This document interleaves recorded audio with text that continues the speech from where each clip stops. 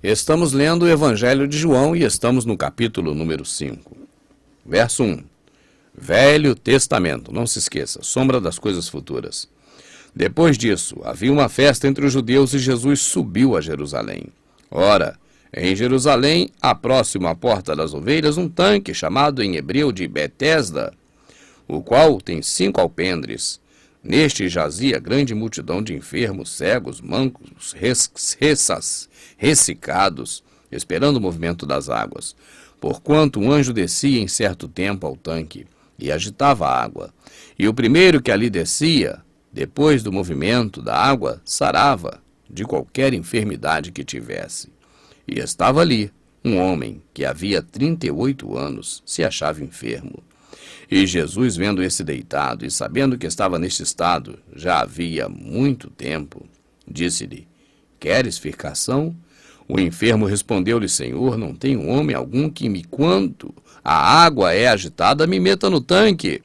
Mas enquanto eu vou, desce outro antes de mim. Jesus disse-lhe: Levanta-te, toma a tua cama e anda.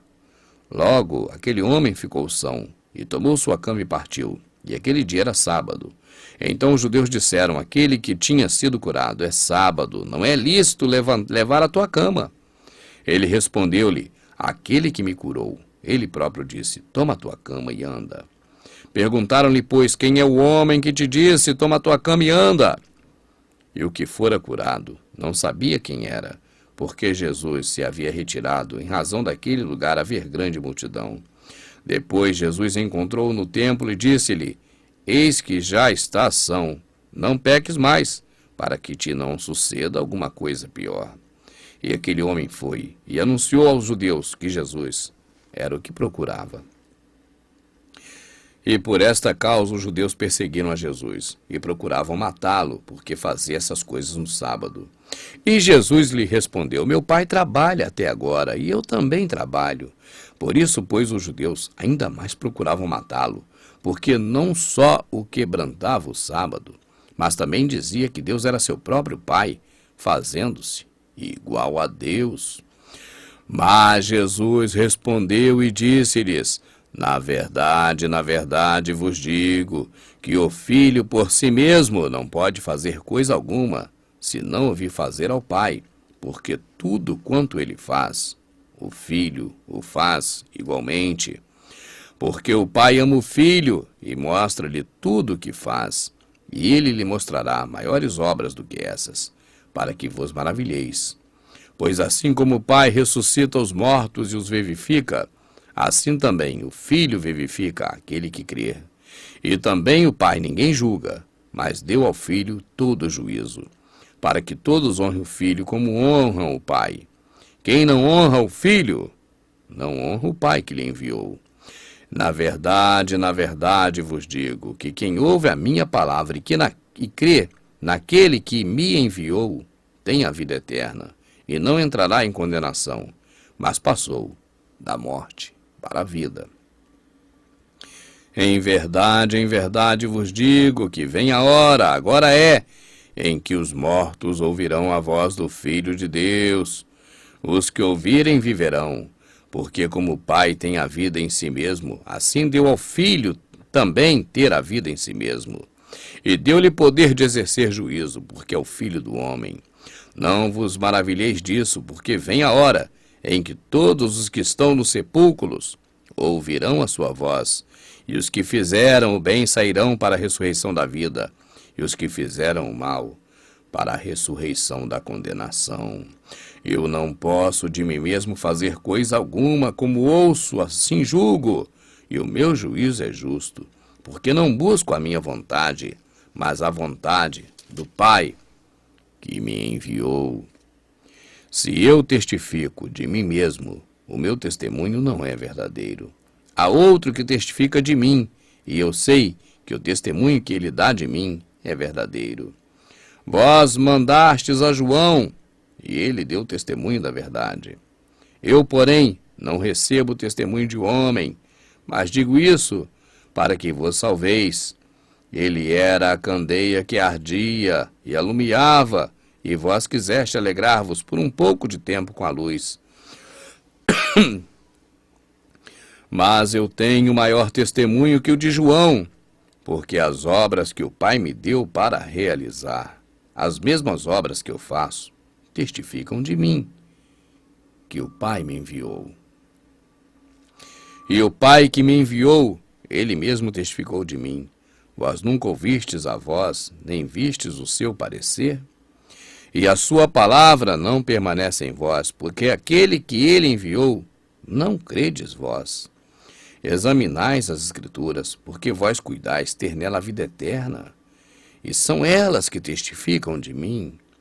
E não quereis vir a mim para terdes vida. Eu não recebo glória de homens, mas bem vos conheço, que não tendes em vós o amor de Deus.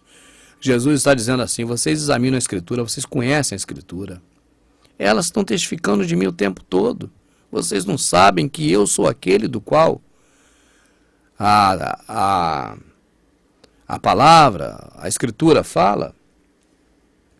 Eu vim em nome do Pai, e não me aceitais. Se outro vier em seu próprio nome, a esse aceitais. Claro, como podeis vós crer recebendo honra um dos outros, e não buscando a honra que vem só de Deus? Não cuideis que eu vos hei de acusar para com o Pai. Há um que vos acusa, Moisés, em quem vós esperais. Deixa eu anotar aqui. Isso aí. Aqueles homens ficavam lendo as Escrituras, Pentateuco, livro dos profetas, e eles sabiam que viria o Messias, mas eles estavam presos à lei de Moisés, presos aos costumes, às tradições da lei de Moisés, porque a lei de Moisés é muito boa. Ela oferece o melhor dessa terra para as pessoas, e as pessoas só pensam no melhor dessa terra. A grande maioria não está preocupada com o céu nem com a vida eterna. Está preocupado em ter o carro, a casa, ter uma família rica, uma casa bonita, um carro abençoado, não é assim que fala? Abençoado, bonito, luxuoso, moderno. E as pessoas ficam preocupadas com o melhor dessa terra.